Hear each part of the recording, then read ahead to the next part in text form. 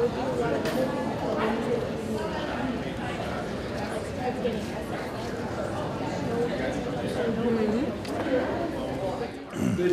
afternoon, ladies and gentlemen. I'm delighted that you're here. I think this is going to be a very stimulating hour. Several of us went up last week to the LA County Economic Development Corporation annual forecast. Our guest is the author of that forecast, and what he's going to do today is, I think, somewhat similar to what he may have done at that time. So having seen that, I assure you it's a fascinating, interesting look at the direction that the economy is headed. Dr. Robert A. Kleinhentz, I hope I got that right. Yep. Is the chief economist of the LA County Economic Development Corporation Kaiser Center for Economic Research. And many of us who've been around for a while know the Kaiser Center is a legendary economic research unit in LA County. Conducts research on regional, state, and national economies. His field of expertise includes urban and regional economics with emphasis on land use, transportation, and regional forecasts. Dr. Kleinhentz has a bachelor's degree from the University of Michigan, a master's degree and doctorate from USC, that little university up the road, all in economics. Prior to joining LAEDC, he served as a deputy chief economist at the California Association of Realtors. In that role, he managed the economics department, which gathered and published housing market information on the state of California and its counties, and conducted consumer research. Dr. Kleinhentz taught economics for over 15 years, most recently at that other little university up the road, Cal State Fullerton. Dr. Kleinhentz has spoken to local, state, and national audiences. He just told me he speaks about once a week and is a frequent contributor to media coverage on the economy, including coverage in news outlets around California, along with the Wall Street Journal, CNBC, Bloomberg, and NPR. He's a much sought-after regional specialist in Southern California with knowledge of Los Angeles County economy and its diverse industry sectors, which is a topic I think he will talk a little bit about. On November 8th, he presented the long-range economic forecast for the county. The twice-yearly economic forecast events provide insight and planning information to its members, partners, LA County leaders, and the general public. For that event, LAEDC shifted its format to include a 5-year planning horizon. With the help of our guests, such as Cal State University Chancellor Tim White and expert panelists, they discussed the drivers of the economy as related to education and skills. And that was one of the really interesting aspects of the discussion last week, was the connection to education and the role that that plays. So we just had a delightful lunch with him. I assure you he's a very stimulating speaker. So please join me in welcoming Dr. Kleinhentz to our panel. Thanks. Would it be okay if I just stand here and talk, or do you want a mic? Can you hear back there? Okay, because it's not a huge room. And I just prefer to be closer to you than standing back there at the lectern. So thanks for coming to this presentation. I really appreciate your attending today's event. You heard last week we had this big forecast event in downtown LA, but you know, one of the unfortunate aspects of living in a county that has 10 million people and 5 million people working and so on is that we just can't really reach everybody with one event. So I do speak about once a week to different groups around the county, well, all over the place, not just here in LA County in Southern California, but all over the place. I was just in Portland over the weekend with another group called the Association for University Business Economic Research Centers. So these are entities around the country that specifically conduct applied economic research as it pertains to state and local economies. And so they invited me to come and speak. A lot of people want to hear about what's happening in LA. I think what I have to tell you is good news. We still certainly have our share of challenges, and I'll talk a little bit about those. But what I'd like to do this afternoon is not block the screen. I'm going to move over here a little bit. I'm going to talk a little bit about the national economy.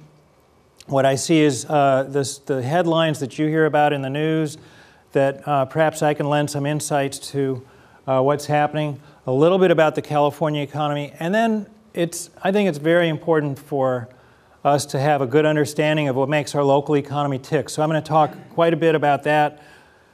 The 5-year forecast that you heard about is just a sort of a stick my toe in the water kind of effort to look 5 years out. That's, I mean, If any of you have done any work in statistics, I'm sure many of you have, and in forecasting, you know that there's like a 99.9% chance that forecasts are going to be wrong. So being a forecaster is a very humbling occupation. I just want you to know that up front, okay? But I will talk about a 5-year outlook. And the joke I used the other day was that there was a sale on crystal balls, 5 for $1. I bought 5 so I could do a 5-year forecast. Okay. So I'm going to talk a little bit about the national economy. It's a very important backdrop to what's happening in the local economy. And you'll see as I go through ultimately and talk about the local economy, the ties that we have here to what's happening in the rest of the country and even globally. So the basic heartbeat of the economy, let me back up for a second. So when I talk about the economy, I think of it as a patient.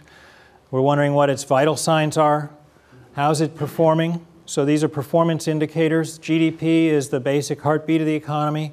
The other couple of things that we typically look at are the labor market, which is sort of like the pulse. So for any of you under, say, 40, this probably doesn't work as a very good example, but for any of us over 40 who have to, watch our health regularly, these things are really important, our vital signs, because it means we're still on this earth. And then inflation is sort of like blood pressure. So you got to have some blood pressure, but you don't want it to be too high. So we're going to talk about the vital signs of the economy. So U.S. economic growth measured by GDP. What you're seeing here is in the middle of the screen what happened during the Great Recession that occurred back in 2008, 2009, and climbing out of that recession. Now, we call it the Great Recession because it's the worst economic downturn we've experienced since the Great Depression back in the 1930s. Probably the most severe economic downturn we will experience in our working lifetimes. And as we have come out of this recession, it's taken much longer. The recovery trajectory has been a much milder slope than we typically see when we come out of recessions. And so how many of you feel like we're fully recovered from the Great Recession? Okay, for me to get no hands up, and here we are in 2014, which is 5 years out from the technical end of the recession, tells us that this downturn in the recovery is unlike anything that we've gone through really in the post-World War II era.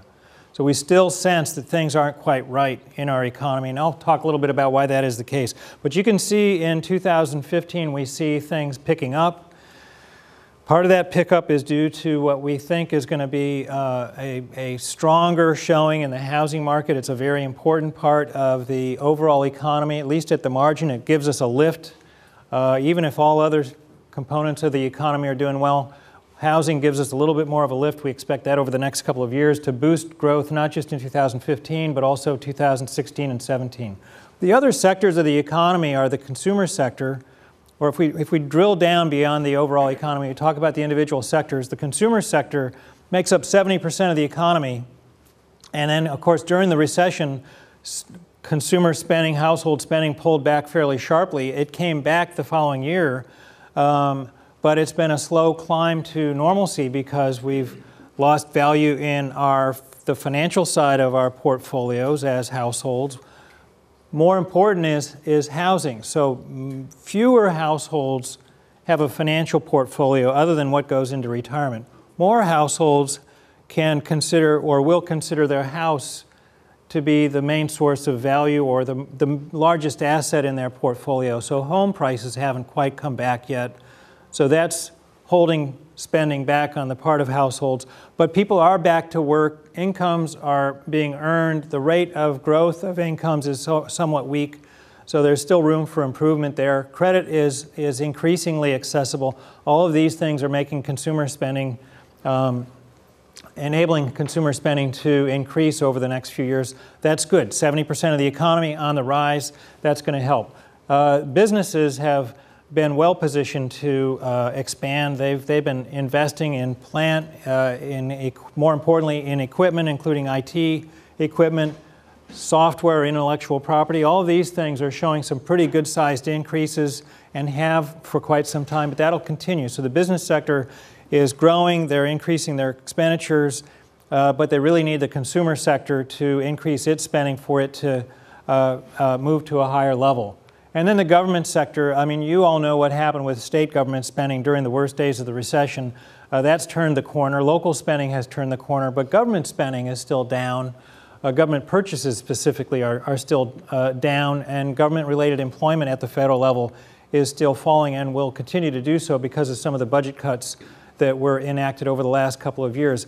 Now, at the same time, revenues coming into the federal government have improved, and so the budget deficit is now down to under 3% of GDP, which is about where it stands historically.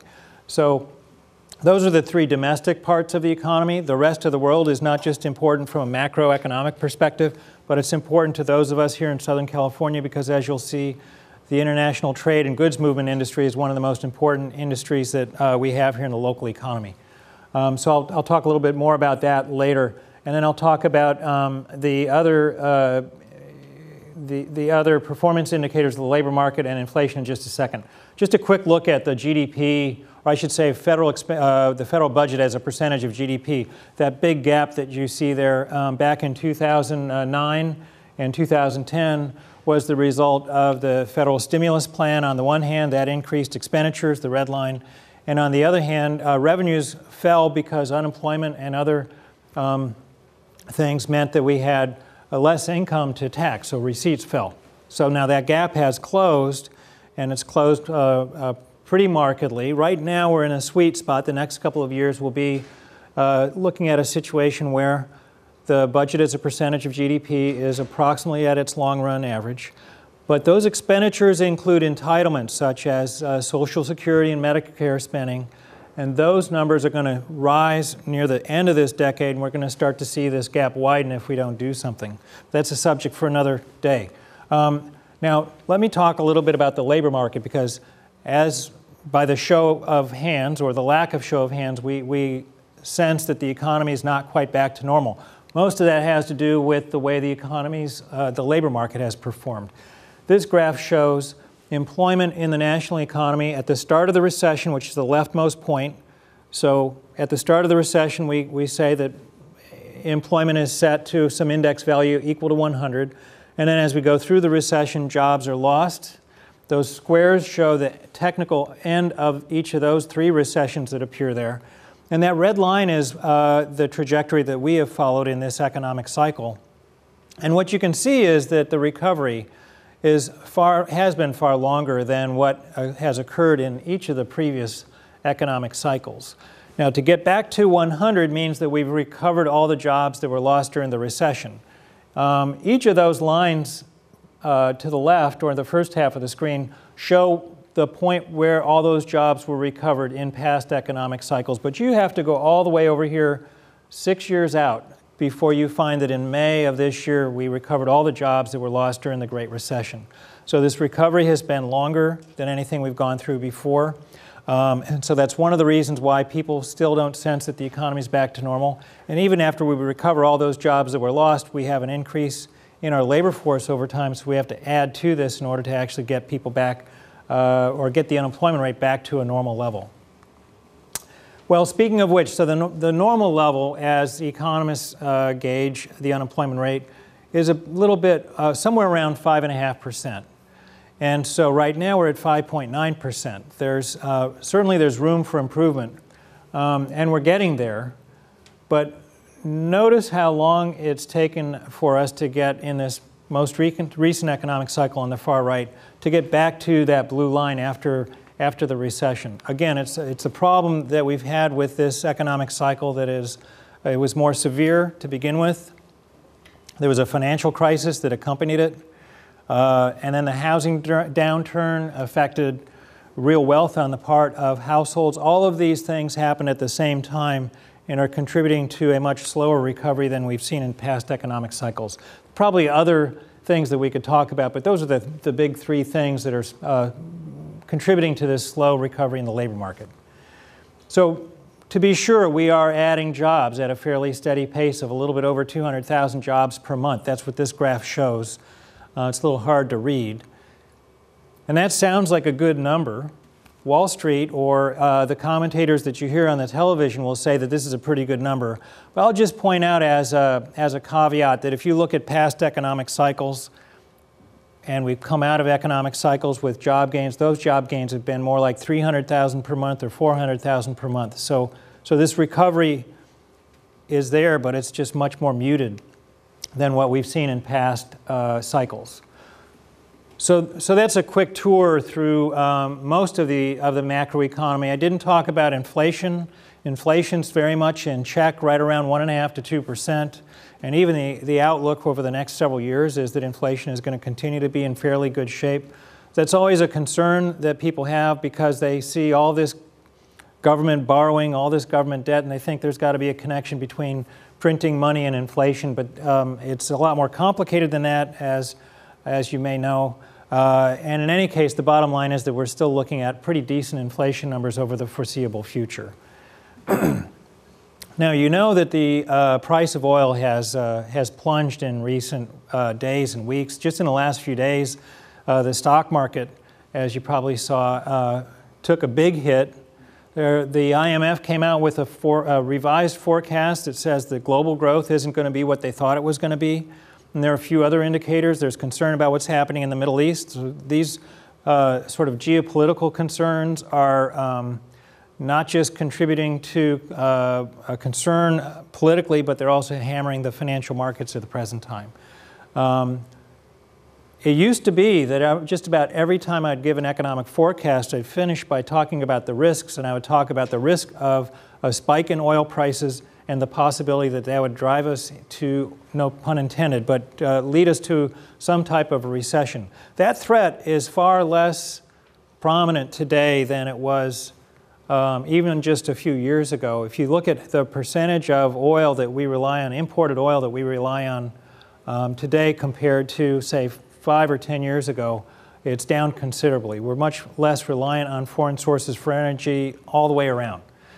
So an oil price spike will have an adverse impact on us. More likely it'll have an adverse impact on our trading partners. It's certainly something we need to be watchful of. This recession is already quite long. I'm sorry, this expansion is already quite long by historic standards. So at this point, thank you, economists start to wonder if the economic cycle and the uptick that we've experienced is about to wear out and we might see things turn. I don't see that happening at the present time. Our outlook, even 5 years out, suggests that we still have great potential to grow. But you may hear commentators say, well, you know, we're already 6 years into the post-recession era. This is, I don't think this is the longest expansion, but we're closing in on one of the longest expansions ever. Just because history tells us one thing doesn't mean it's got to repeat. And then finally, this issue of normalizing Federal Reserve policy.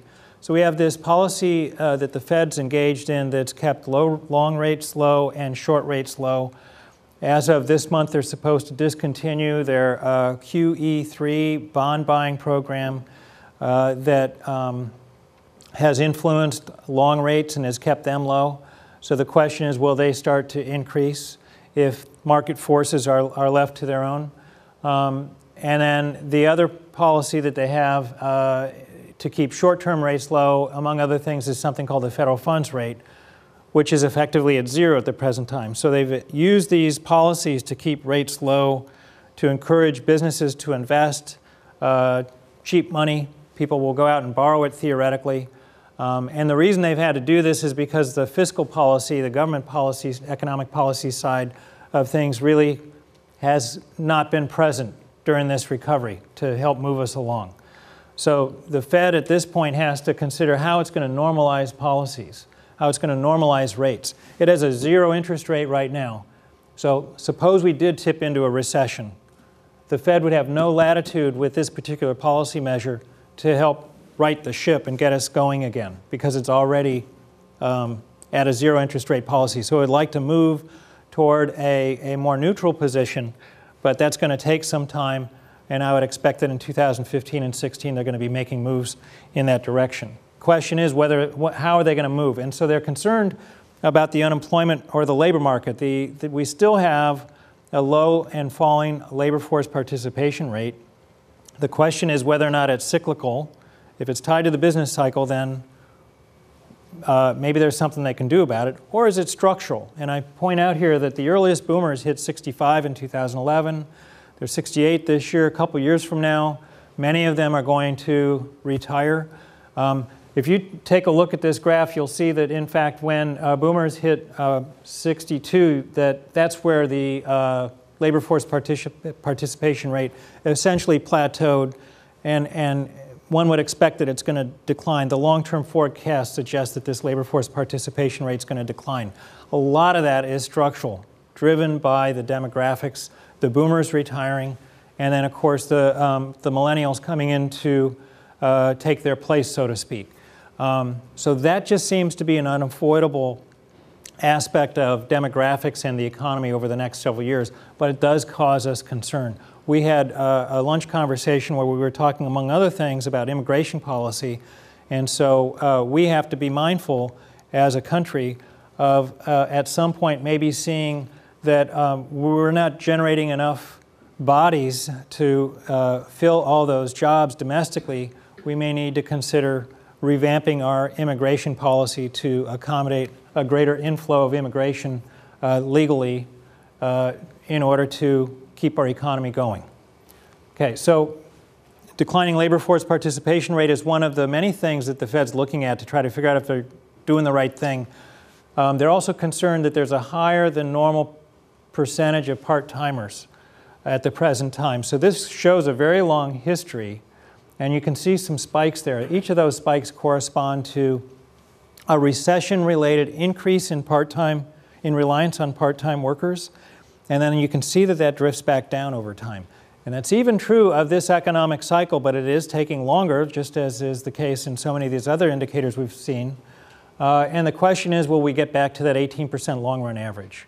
So this is a second thing that the Fed's looking at beyond those headline rates like the unemployment numbers and so on, as it gauges what it should be doing to get the economy back to normal.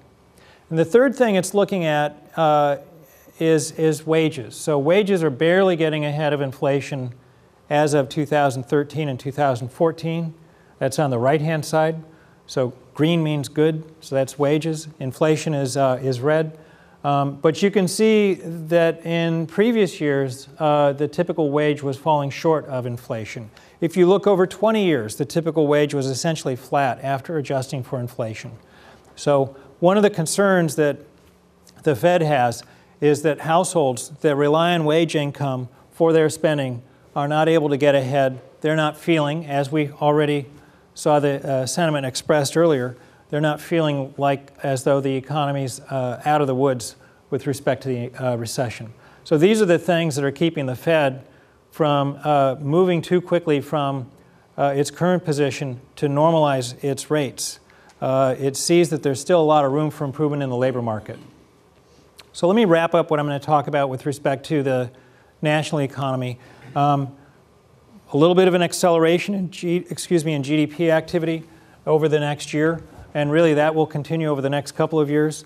The labor market will continue to add jobs at a fairly steady rate, 1.7, 1.8% per year, and that brings the unemployment rate down to normal, around 5.5% sometime next year. Maybe sooner, but I think sometime next year is more than likely in the cards, and inflation's in good shape. So you've pretty much heard me talk about each one of these indicators in the course of my remarks so far.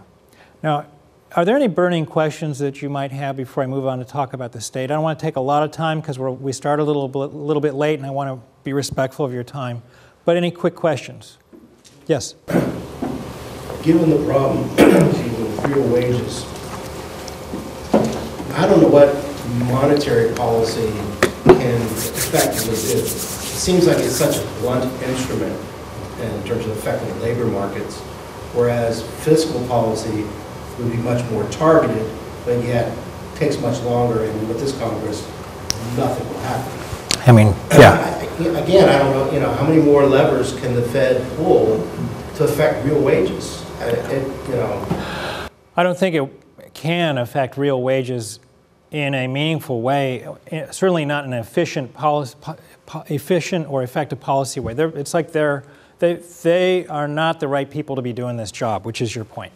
Their mandate is to maintain a stable financial system, keep inflation in check, get the economy to full employment or on a sustainable path.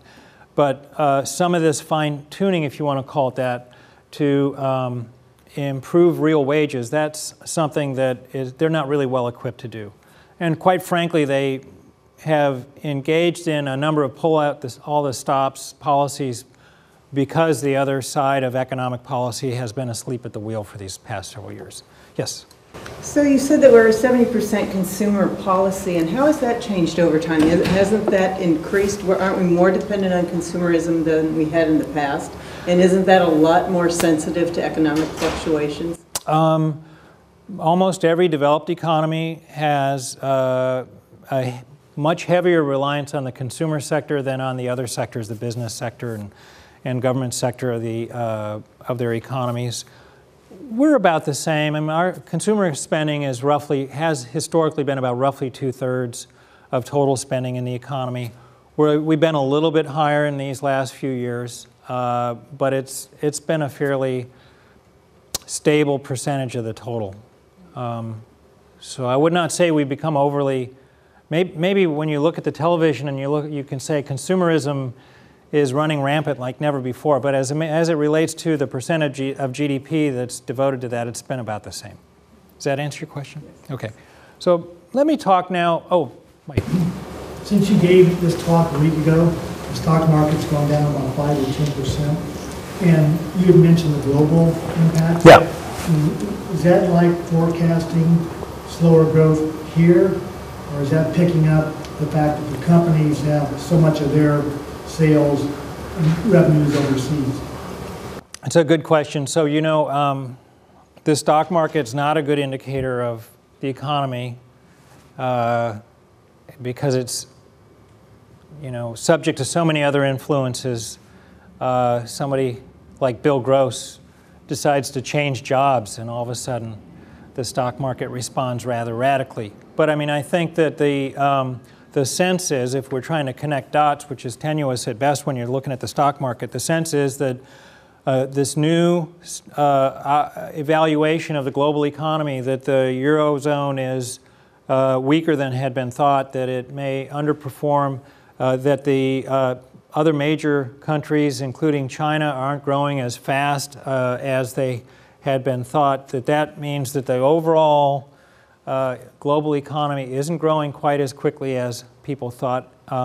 That's got to contribute to increased volatility in the financial markets. And then the situation in the Middle East also has to be playing a role. Now, I'm not a financial economist. I should just give you that little asterisk next to all these remarks about the financial markets. As we were saying earlier today, I was saying, you don't want to have an orthopedic surgeon operate on your eye. So I am not a Wall Street economist. So you can take my observations about what's happening in the financial markets, but just be aware of the fact that that's not where I spend my day in analysis and tracking what's happening. But these are the kinds of things that are going to cause volatility in the financial markets.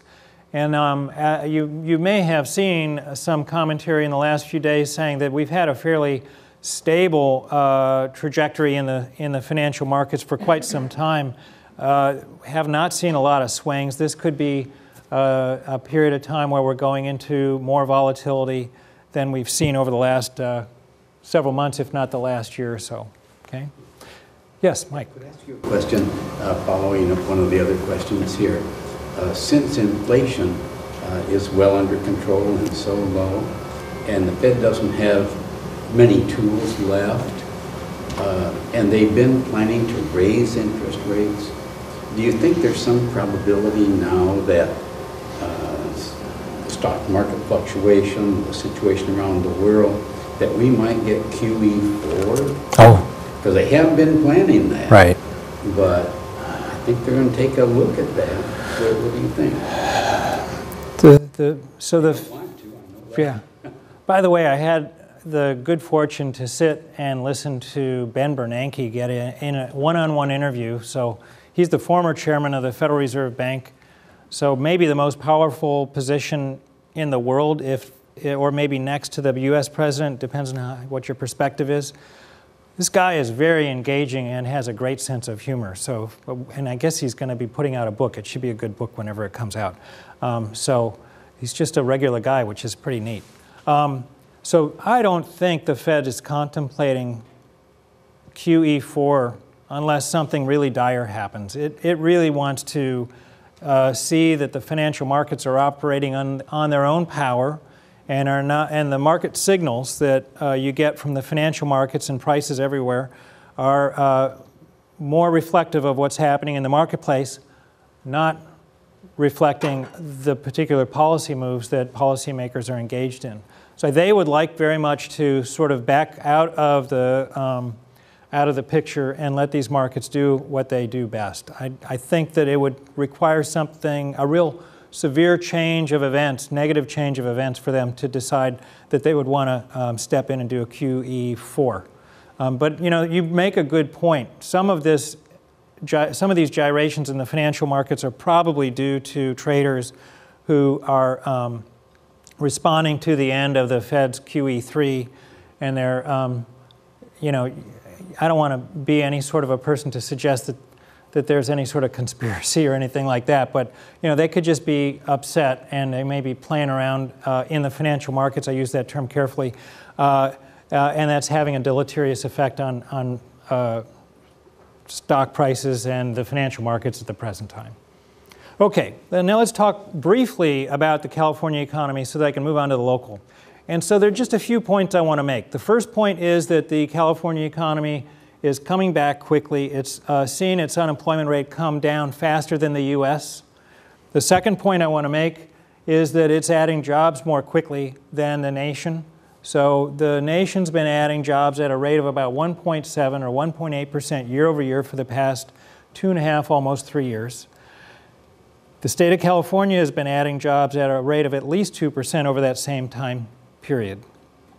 Now that's enabled us to recover those jobs. That black line is California. You can see that we lost more jobs during the recession than the state of California, than the US, relatively speaking. And so that's enabled us to recover those jobs rather quickly, so much so that when the US recovered all of its lost jobs by May of this year, California actually recovered all of the jobs it lost during the recession in June. So that speaks to the accelerated recovery that the state of California has experienced. However, we're here in Southern California.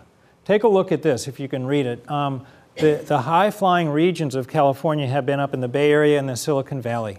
And this graph that shows the year-over-year job changes by major region in the state has been, I've been talking about this graph for the last 2 years, and for the last 2 years, the Silicon Valley, which is San Jose, and the Bay Area, San Francisco, have consistently been at or near the top.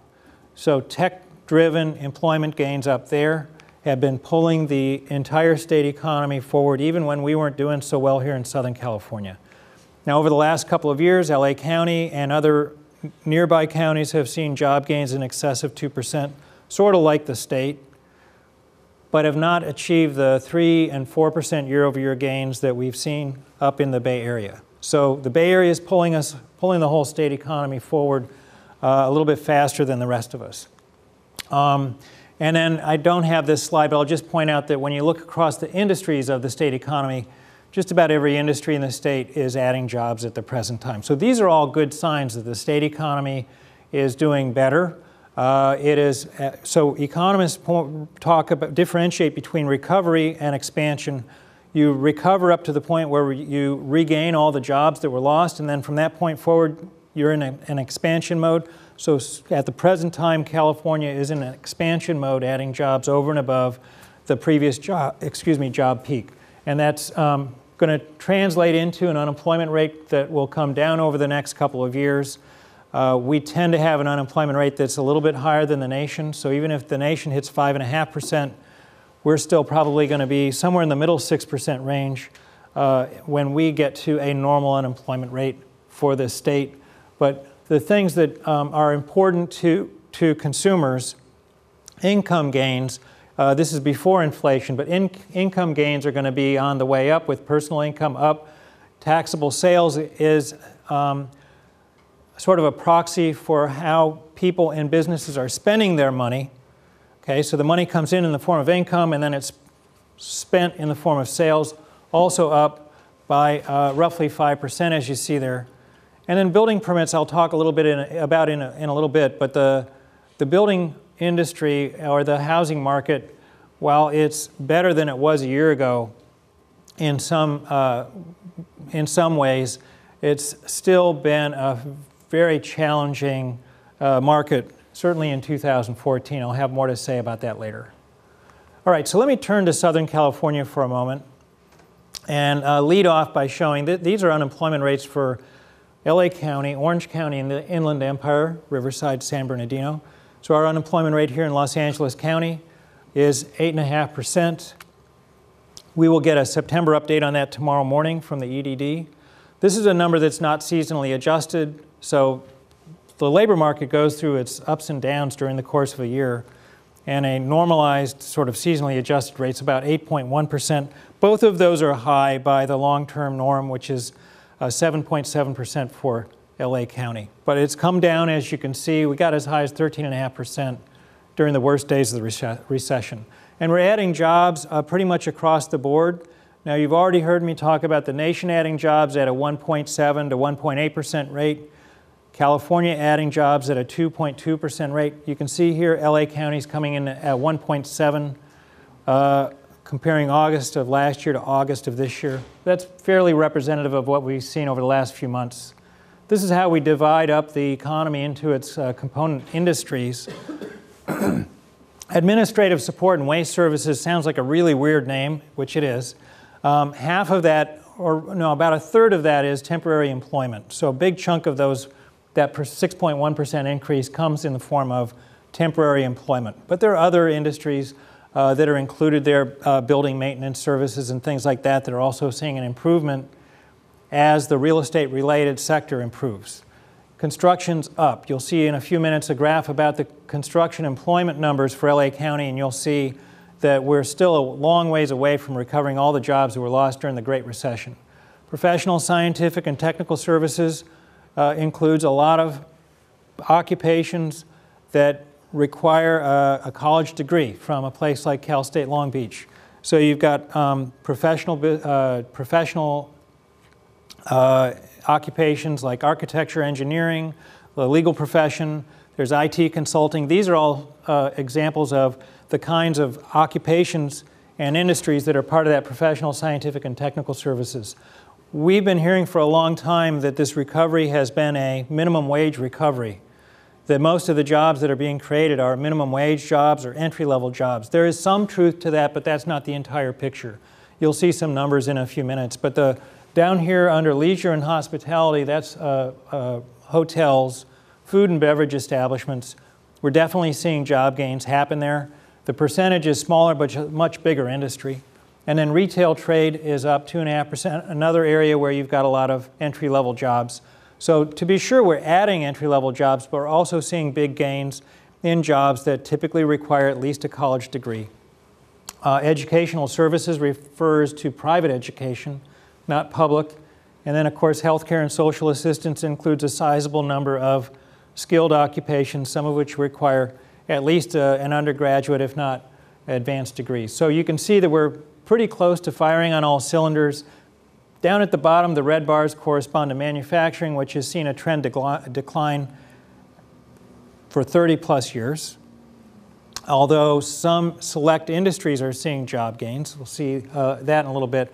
And this is kind of an anomaly. Wholesale trade is tied to international trade and goods movement. LA County is losing some jobs there. We're seeing job gains happen in some of the adjacent counties.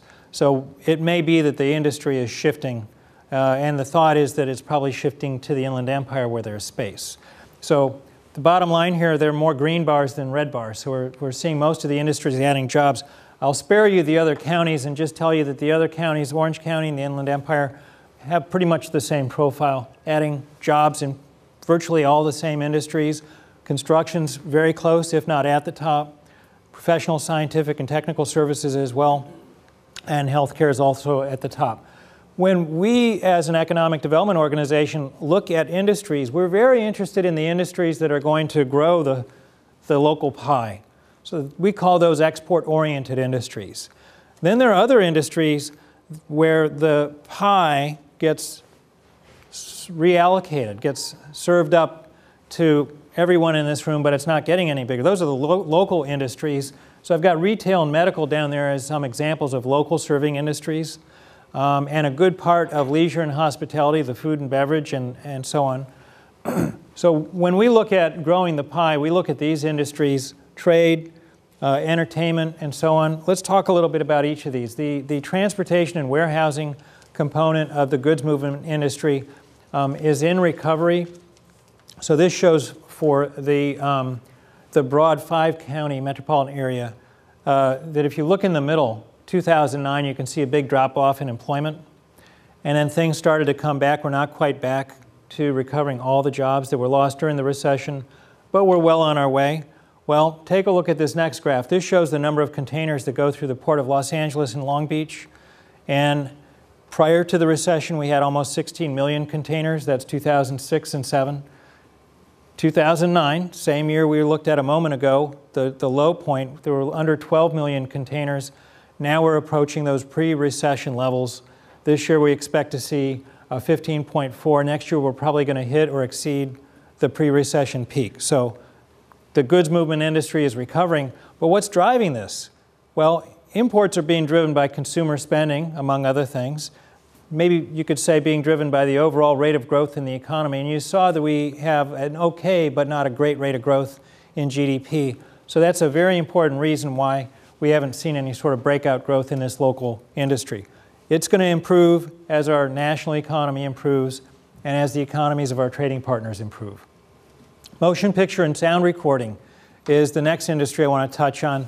The entertainment industry is the largest source of export revenues for our region, because those films and television programs that get broadcast and sold around the world mean royalties that come back to the movie companies and the television companies. So you think that exports really refers to exporting goods, but we're a service-based economy, as are most developed economies, and the lion's share, or some of the biggest contributors to our export revenues, come in the form of entertainment royalties. So we're seeing an increase in motion picture and sound recording industry employment.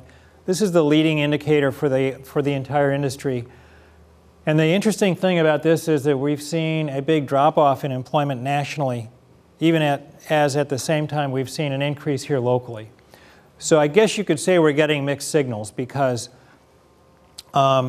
we hear that this is a troubled industry, that there's a lot of runaway production, and that is true. But at the same time, there is some increase in employment occurring locally that is showing positively in the employment numbers and also in the types of activities. This shows the number of production days for different types of activity, feature films, television, and so on. And on the right side, you can see first half of last year compared with the first half of this year. We're up a little bit over last year. So we're moving in the right direction in this industry. We're recovering some of the feature film activity that we used to have. That's a good thing. We're recovering some of the television programming that we used to have, also a good thing.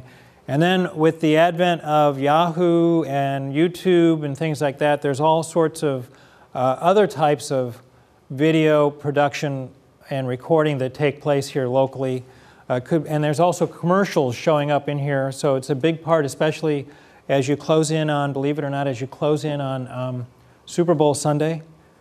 The last quarter of every year, you see a big uptick in commercial production.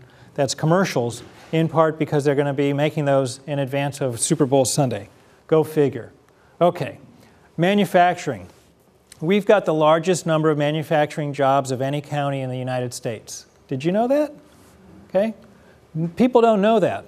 And so this is for all of Southern California. Just in LA County, we've got 360,000 manufacturing jobs. We typically hear about the most visible manufacturing sectors. Aerospace, of course, we've got Boeing right here. There's also a lot of allied sort of industries that are related to aerospace. And then food manufacturing looms large. That's important. There are almost 40,000 jobs in aerospace. There are almost 40,000, a little more than 40,000 jobs in food manufacturing. And then there's also a little over 40,000 jobs in apparel. We have the largest, or either the largest or second largest number of manufacturing jobs in apparel of anywhere in the country. The only other place that comes close is New York. So as you can see here, just very quickly running down, you can see some areas are still adding jobs, even though the general trend is to experience a decline in the number of jobs. You hear job losses. Don't be led to believe that this is a declining industry sector in the U.S. economy. This shows the value of output being produced in the state of California in the manufacturing sectors. And it did take a hit during the recession, but it's come back. And probably by 2014, this only goes through 2013. By 2014, we'll probably have recovered all that value that was lost during the recession. And what you don't see here is that if you take a look at U.S. manufacturing as a share of global manufacturing over the last 30 or 40 years, we've had a fairly consistent, I think it's 20 to 23% share of global manufacturing by value over time. It's just that we're becoming more efficient. We're displacing workers with technology, good or bad. That's enabled our manufacturing sectors to maintain their competitive edge in what is arguably a very high wage place to do business. Yes, Dave? The previous slide showed aerospace declining. Yeah. So I'm wondering, is manufacturing shifting to a different type of manufacturing? So at least a few things are happening here. One thing, of course, we need to be aware of is that defense cuts and reduction in certain programs are probably having an adverse impact on this. The methods of producing are becoming more technologically intensive, so that contributes to some job losses. And then even the components that go into an airplane today, to the extent that they are more electronic in nature and less mechanical, are going to involve less manufacturing in the very real sense. So all of these things, especially technology, I think, contribute to the decline in aerospace manufacturing jobs, as well as other industries as well. Okay, so I'm going to move along because we're almost out of time here. I spoke about professional, scientific, and technical services. You can see from this graph that we, in 2014, we're hitting a new high in terms of total employment in this sector. Education and healthcare, one of the largest employers. Let me just back up for a second. So this is for all four regions here in the 5-county area, and you're talking about a little over 1 million jobs. The blue bars represent professional and business services, professional and business services just for LA County, 600,000 jobs. Now let's look at LA County, healthcare and education. Private education's about 100,000 jobs, that's the yellow.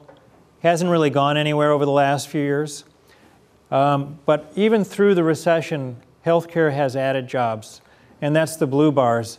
And so there you're talking about also about 600,000 jobs. So it's comparable to the professional and business services. I spoke about leisure and hospitality. You can see in just about every one of these graphs that 2009 and 2010 were the most difficult years, but we've come back since then. Retail, same thing, 2009, 2010, the low ebb for employment, but as the economy got back on track, these are coming back as well. Let me talk for a minute about housing. I want to wrap up hopefully in the next couple of minutes, and then hopefully have some time for you to ask me questions. You know, the middle of the last decade was a real aberration by many, you know, depending on how you look at it, an aberration in so many different ways. We had record levels of sales. We had very rapid price appreciation. So much of that was fostered by sales of homes to people who really should never have gotten them. And then, of course, it translated ultimately into a housing and financial crisis that was global in scope. I would just submit to you that it was a good thing that our financial system is global, because if we had to absorb that impact domestically, all by ourselves, that would have been far more devastating to our U.S. economy than what happened. I mean, we sort of spread our bad stuff around the globe, which isn't a very responsible thing to do. But the fact of the matter is we did didn't domestically take as big a hit as we would have otherwise taken.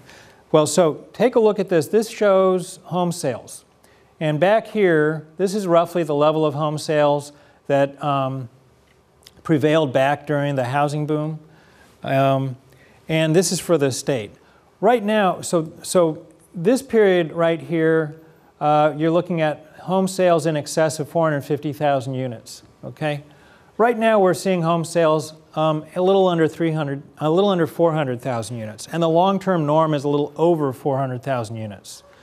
If you take out that period of peak home sales and you take a look at what the norm was without that time period, we're right around that level of sales right now.